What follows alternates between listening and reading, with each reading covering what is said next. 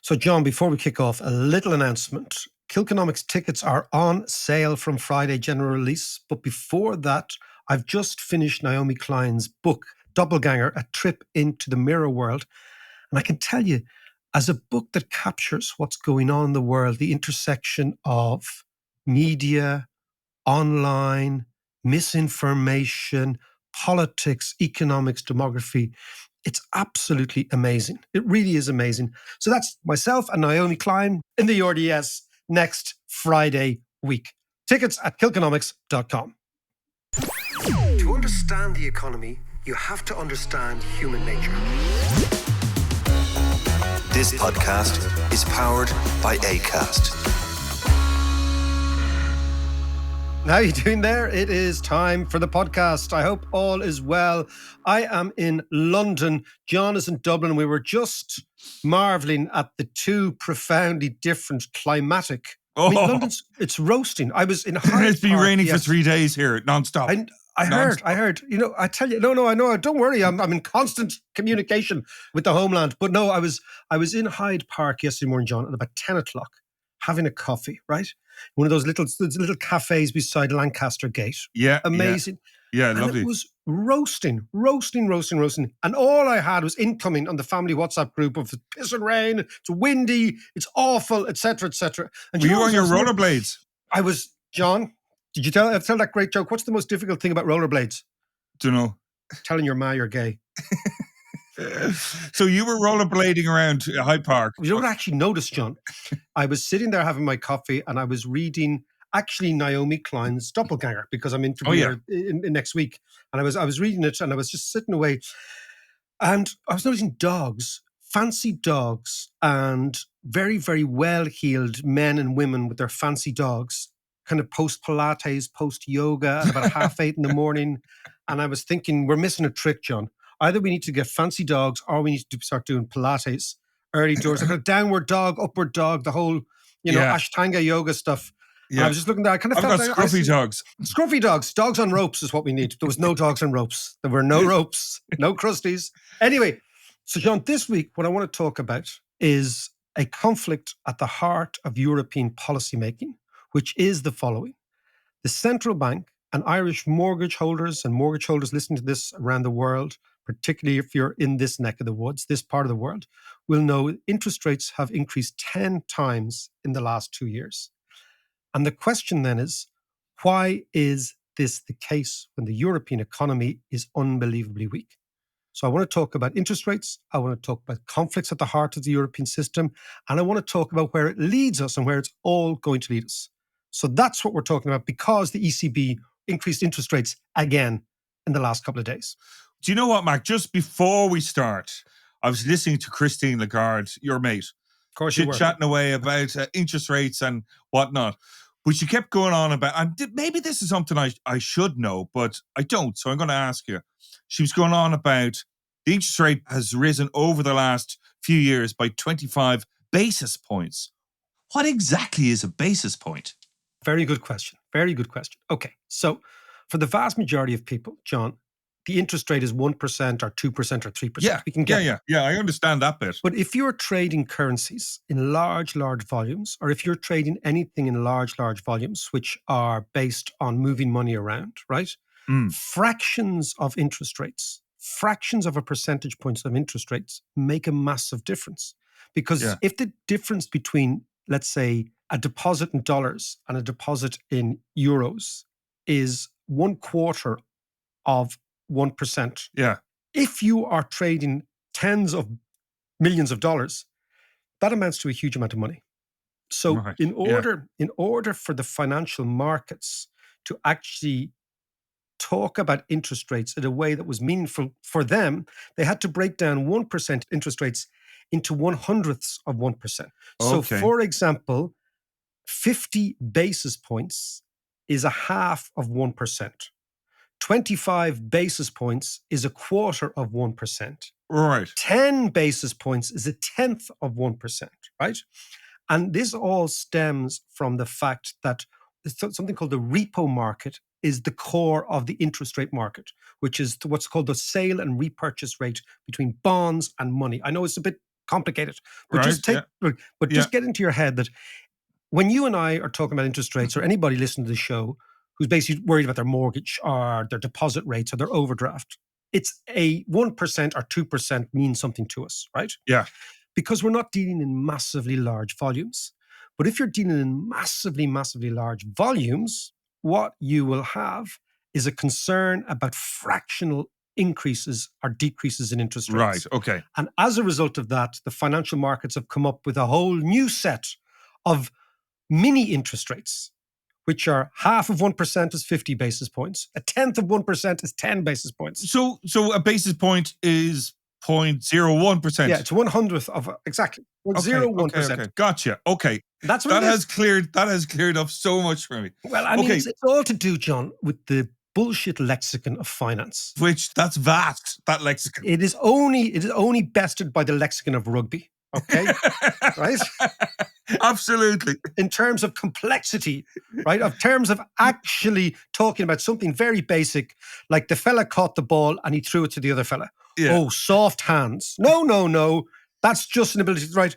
So it's the same thing in finance. So I remember when I first started years ago in the central bank and then went to investment banking, the most intimidating thing wasn't actually getting to grips with what was going on the trading floor. It was to get to grips with the language. And actually you notice in every cult or every community that finds itself exclusive, what we do is we change language. This is why slang is so interesting. So basically, basis points, this is just the slang of finance. Right. Okay. Yeah. Like, so if you go into, Cockney rhyming slang, what was it about? It was actually about excluding others. Yeah. Right? It was, say, the Cockneys would talk to each other to exclude. If you go to the kids in, any sort of ghetto language, the beginning of hip hop language, all this, it's all about we are an exclusive gang and we communicate in a different way. Finances is exactly the same. Yeah. It's just the slang, or the argot, as the French would say, of the gang. Almost every industry has their own, like the audio industry, as I say, in the music industry, the tech bros, so they're the worst. The marketing industry was famous for it in the 90s. But come here, but it's also but even not even the industry, every tribe has its own slang. Yeah. That's the interesting thing. And it's a form of inclusion. So but if you speak the argot, if you speak the slang, you're part of the gang. If you don't speak the slang, you're not part of the gang. And when I went into banking, and not so much banking, but it was kind of trading first, what you had to learn is you had to learn the slang. So if you were in a meeting and you weren't kind of dropping all these sort of in words and in descriptions and basis points being one of them, then you weren't part of the gang. And that's what has happened. And of course, it's drip fed in a bit like in the way in which hip hop has been appropriated by white people, John. Market slang, financial market slang has drip fed into normal. I'm appropriating financial exactly, slang. As the world has become more financialized, as the world has been more commercialized, financialized, in fact, as monetary economics has seeped into society, the slang of monetary economics has seeped in. But that's the confusing thing. But that's a good thing, though, because it's important for us to understand the bullshit that we hear from Lagarde and Lane and all those guys. We need to understand that. But this is part of the job of the podcast. Yes. Is to actually explain the slang to the average dude. So, okay, just to get back to Christine Lagarde then, and what she's banging on about when she was raising the interest rates. By her basis points. And her basis points. As the interest rate rose, the currency fell. And that's not supposed to happen, is it? And you put your finger on something which actually goes to the root of the conflict at the heart of economic policy making in Europe. So let's talk about that. Right. Yeah. Okay. So basically, when the rate of interest rises on a currency, the return to that currency increases, right? So if the rate of interest on the euro is 4% this year, and it was 2% last year, you're getting 4% return by putting money on deposits in euro. So money should flow into the euro to avail of that higher rate of interest. That is what the theory says. And in most cases, that's what happens. The reason the euro, and this is absolutely crucial, and this shows you why Christine Lagarde is not a very clever economic thinker. Yeah. So what the markets are saying to Christine Lagarde, when the ECB increased interest rates last Friday, what should have happened is the euro should have gone up, but it actually went down. It went from about $1.12 Okay, so it's €1 equals $1.12 last year to about €1 $1.07, 0.7. Yeah. So what is actually happening is the following. What the markets are telling Christine Lagarde and the ECB is they are over tightening. Okay, and I'll explain this idea, right? At the moment, Turning the screw. Well, the point is the European economy is forecast to grow at 0.8% next year. Hardly at all. The United States economy is growing 4 or 5%. Okay. So if you raise interest rates when the economy is on its knees, it is not credible. And why it's not credible is the markets are saying, well, you're going to have to reverse these rate increases quite soon because the economy is far, far too weak.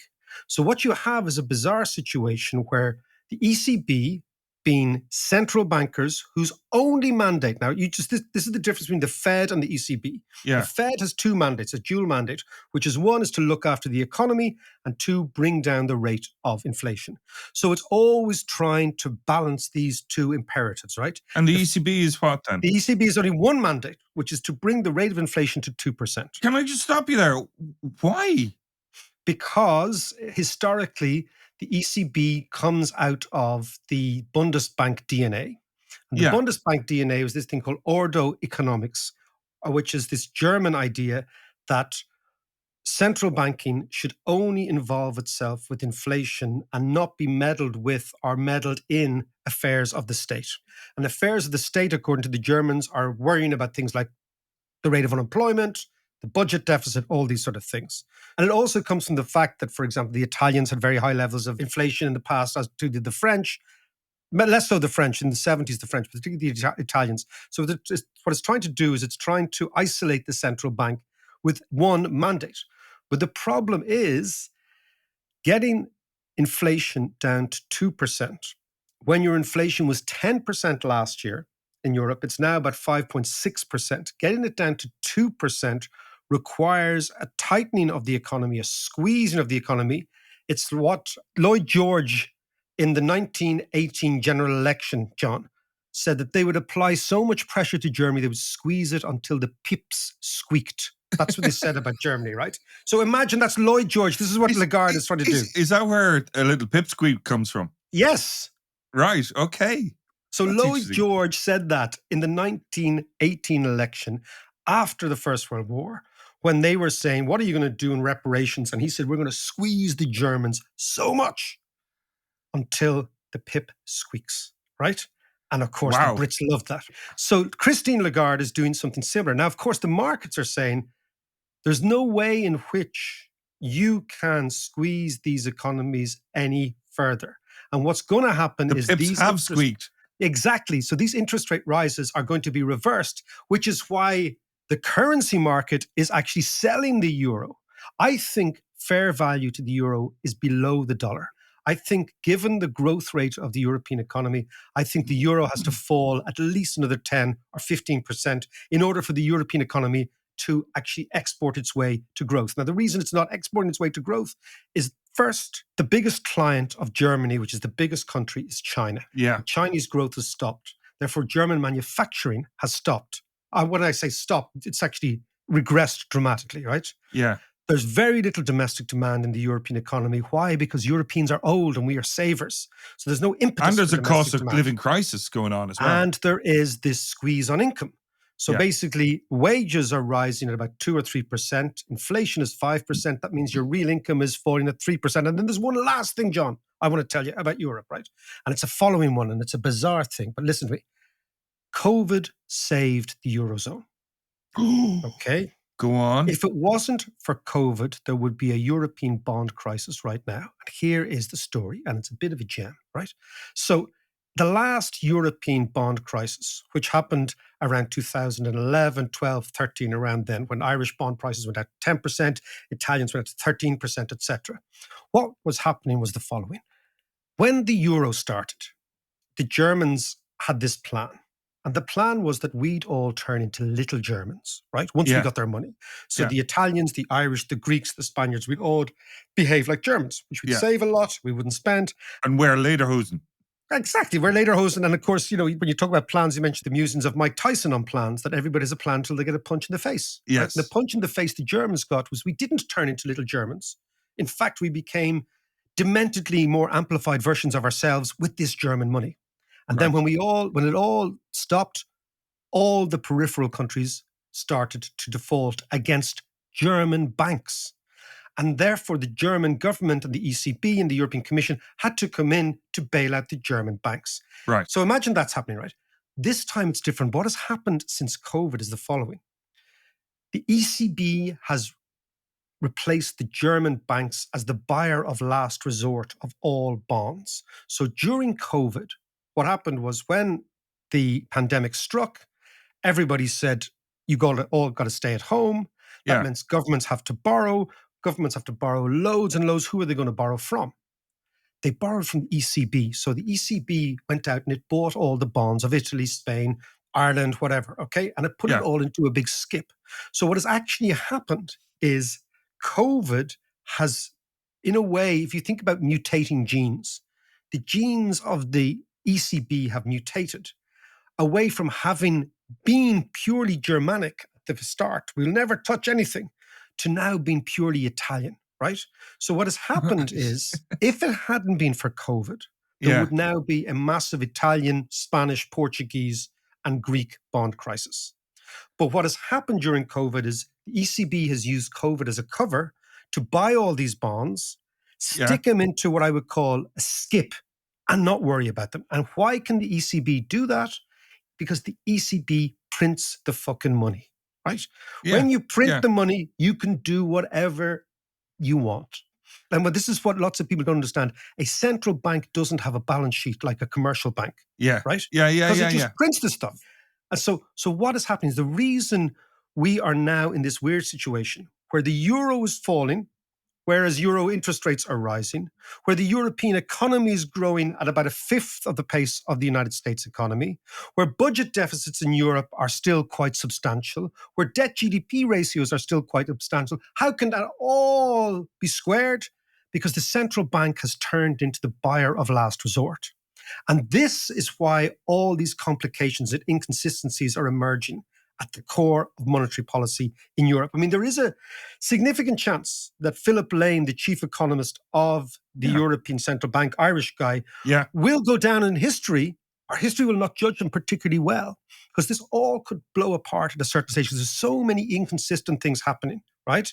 And the key point to all of this is that where you see the over-tightening manifest itself, the only price that is still flexible and still moving and not managed as much as the other prices is the exchange rate.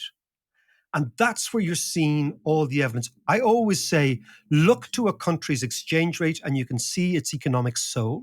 Remember what De Valera said? I look into my heart and I see what the Irish people want and need. I've always said, and I always said this when I was working in banking, look to the exchange rate and look through the exchange rate. And in the exchange rate, there's so much information in that price that you can see the soul of the economy through the exchange rate. And what we're seeing is the soul of the European economy through the ECB dollar rate. And what we're seeing is an economy that is much, much weaker. And at the same time, we have central bankers in Frankfurt who understand this but don't want to admit this, and they are raising interest rates. Why? Because they are hamstrung by a 2% inflation target. Now, the question then, John, is why are we obsessed with 2%? Why isn't it 4%? And this goes to the root of what many people would say. The reason we are wedded to 2% is the following, which is that at least at 2%, what they call the 2% inflation, this is getting into monetary theory and whatever, right? That's the anchor, okay? That's the anchor around which the economy is based, right? Now, if you move from 2 to 4%, what you're doing is you're sending a signal to everybody that your inflation target is a movable feast. Now, what economic theory says is then that will be then given as a signal to everyone, whether you're trade unions, whether you're employers, whether you're corporates, let's just push up prices, because now the central bank has given up the fight. So what most people would say is, let's see, inflation has come from 10% to 5% in Europe, right? Let's see how it goes. But it would have seemed to me that the best policy then is to do nothing. If inflation is coming down gradually, just do nothing. But this goes now to the core of why I think Lagarde is a fraud, right? Which is fraudulent people always want to be busy. Right. Yeah. Yeah. As a general rule, if you see the fella who's working with you is always pretending they're busy, they're not busy. Yeah. The key to security, I always think, in your business is, saying, I'm going to go away for 3 weeks, right? I'm going to do nothing. Or how do you think things are going? They're grand. Let's not just touch everything. Let's see how everything goes, right? Fraudulent people are always pretending they're like busy bees, right? And that's why I think they are moving now. They should have just waited for a while, see what happens.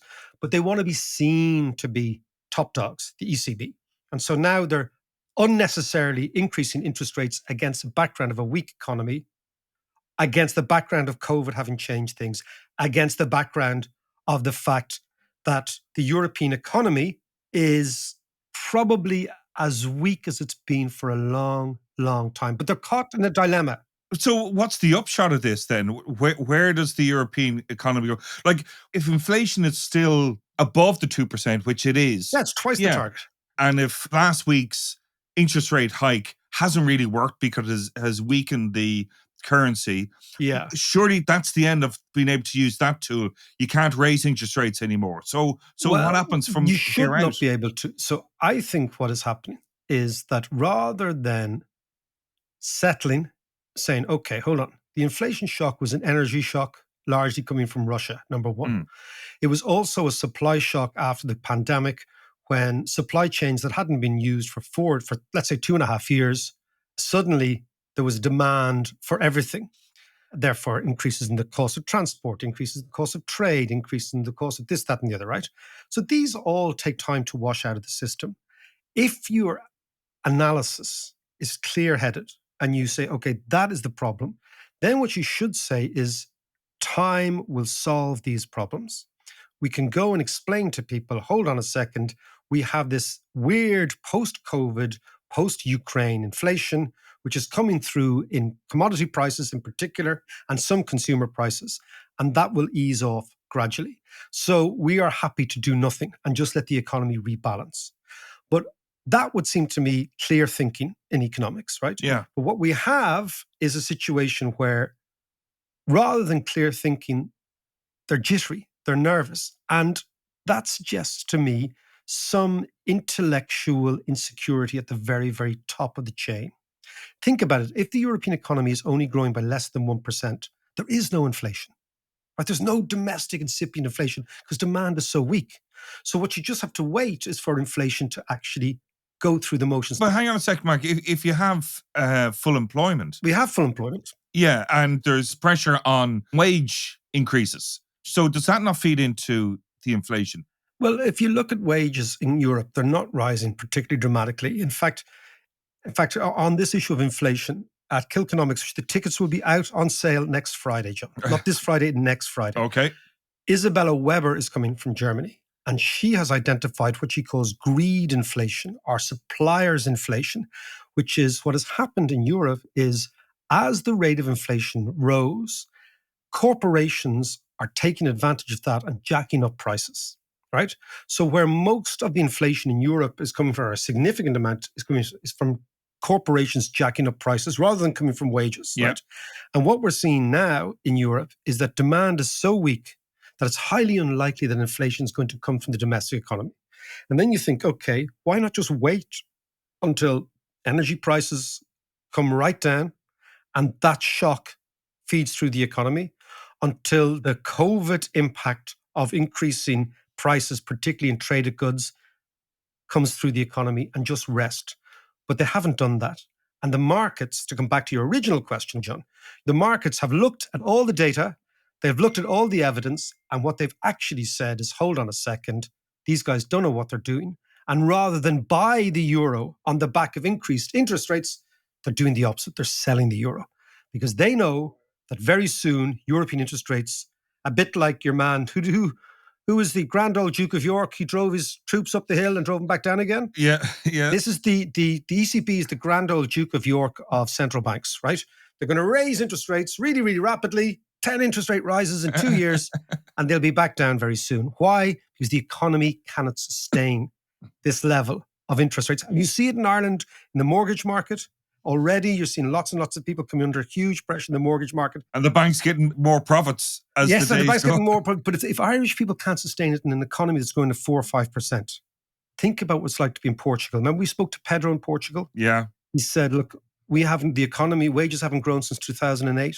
We spoke to the Italians, the same thing. We spoke to the French. Those economies, however much interest rates are hitting us in the high growth part of the Eurozone, can you imagine what they're doing in the low growth part of the Eurozone, which is all the Mediterranean countries, which are the problem, which have always been the problem. And again, if it wasn't for COVID, John, the blessing of COVID is that it averted a European bond crisis and maybe averted it for good. But what it has done is changed the essential, I use that expression too many, the essential DNA of the ECB. Yeah. And that has changed. And that's why Lagarde seems like a fraud, because she doesn't seem to be able to articulate all these things. And that's her job. Is the game up for her, do you think? Well, she's a lawyer masquerading as an economist. That never works well. Do you know what I mean? I mean, the one thing we do know about lawyers is there's nothing they don't know. Well, that's true. Ain't that the truth? Isn't that the truth? I mean, I've sat with lawyers talking about monetary economics, and sometimes I sit them at the end of the night and said, I'd never discuss constitutional law with you, or corporate law, or commercial law, or, tort, or jurisprudence. Why do you feel entitled to talk to me about? Yeah, I know exactly what you mean. So that's the deal, Especially when John. they start talking rugby. And I hear. That's for another take. But come here, I want to ask you one last question about the bonds and the skip and all that after this.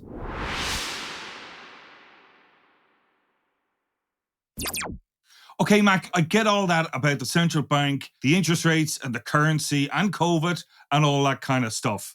But what I'm not clear on is just going back to what you said earlier about the ECB going around and buying up all the bonds from Italy and Ireland and blah, blah, blah, blah, and sticking them into a skip.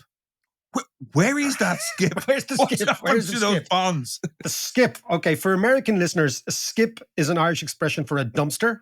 So what I'm imagining is a dumpster. This is what I would call it's a cash for trash scheme, John. Right, So okay. basically what you have is the state issues IOUs, and that is how the state finances itself. So if the Irish government or the Italian government wants to build a big motorway complex, they'd say, okay, this is going to cost 10 billion euros. Where are we going to get the 10 billion euros? They'll say, well, we'll get half of it from taxation, right? Yeah. But we'll get another half from borrowing. So how it borrows is it goes out to the market and it issues these IOUs, which are usually 10-year or maybe in an extreme case in the United States, 30-year government debt. And it gives those out to investors, right? Pension funds in particular. So if you take out, for example, a pension in Ireland, right? Let's say in our case, we're going to be retired in about 30 weeks, but most people would say about 30 years, right? If you're a young fella, right? Or a young one, 30 years, right? So therefore the pension fund takes in money every month, right? You pay in, let's say 50 euros or 100 euros every single month, right? Yeah.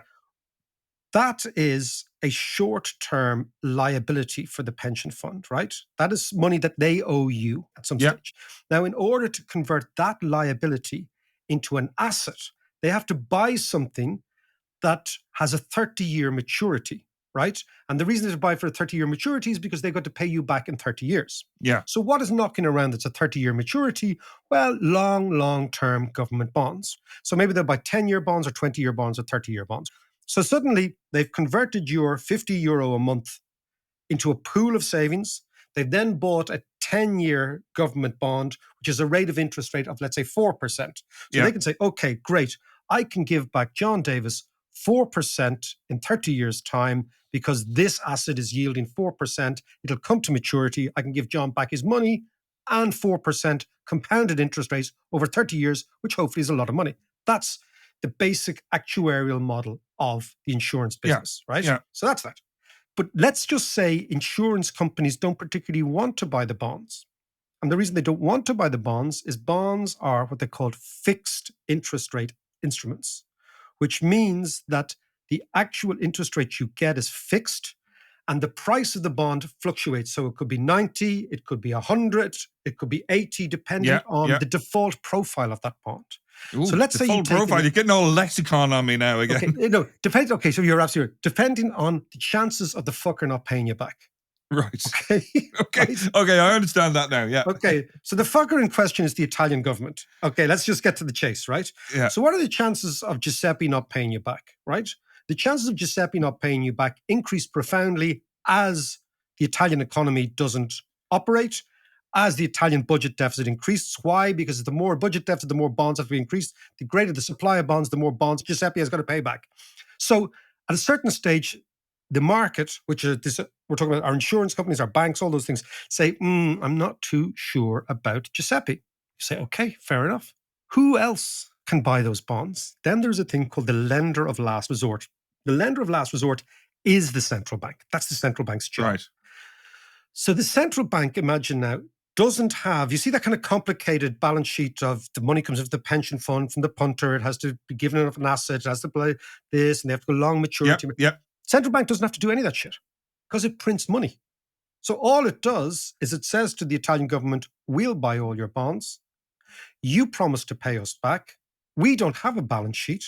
We don't have any particular reason to worry about paying back money. Why? Because we print the stuff. Yeah. So the beauty of central banking is central banking makes up money. That's what it's all about. This is why the crypto bros and the Bitcoin bros go mad, because they can't understand the essential alchemy of fiat money is you make this shit up. And as long as everybody believes, I always say it's like the tabernacle in Catholicism. Right? Yeah. As long as you believe that when the priest goes the hocus pocus over the tabernacle and says, you see this host, this is actually the body of Christ. And as long as the congregation says, great, I believe you, give us communion, the whole game is grand. Nobody freaks out. Okay. It's only when people stop believing that the host is actually a little piece of bread and not the body of Christ that people start to worry about religion. Yeah. So for thousands of years, everybody believed it. So it was fine, right? Central banking is the same. As long as you believe that central bankers can go a little bit of hocus pocus, make up the money, and the money is worth something, then they can continue doing this trick for years and years and years. Now, the Bitcoin people and the sort of Armageddonists and these sort of people on one side say, it's only a matter of time before the world wakes up and sees that this is like the Wizard of Oz, it's a fraud, there's nothing there, right? Or the hocus pocus priest, right? So imagine Christine Lagarde is like a hocus pocus priest, right? She's the high priestess. Okay. Yeah, and Philip Lane is a shaman. He's a fucking, he's a shaman sitting on the side, making up these prayers, right? Yeah. And they're just making stuff up. But as long as people believe it. Now, why should people not believe it? Hyperinflation. Hyperinflation is what destroys the credibility of the hocus pocus. That is why the inflation rate of 2% is absolutely essential to them. Because that is the key to convincing the congregation that the body and blood of Christ is in the host, to convincing the congregation that the central bank is in control. And that's why the 2% thing is sacrosanct to them. But that brings us into this entire new, and it is like a quasi-religious experience, economics, right? Into, do you believe the creed? Now, what is the creed? I believe in one God, the Father, the Almighty, maker of heaven and earth. What's the economic creed? It's, I believe the rate of inflation at 2% is actually sacrosanct. It's the same shit, John. Bless you, my son. I'll see you at Mass.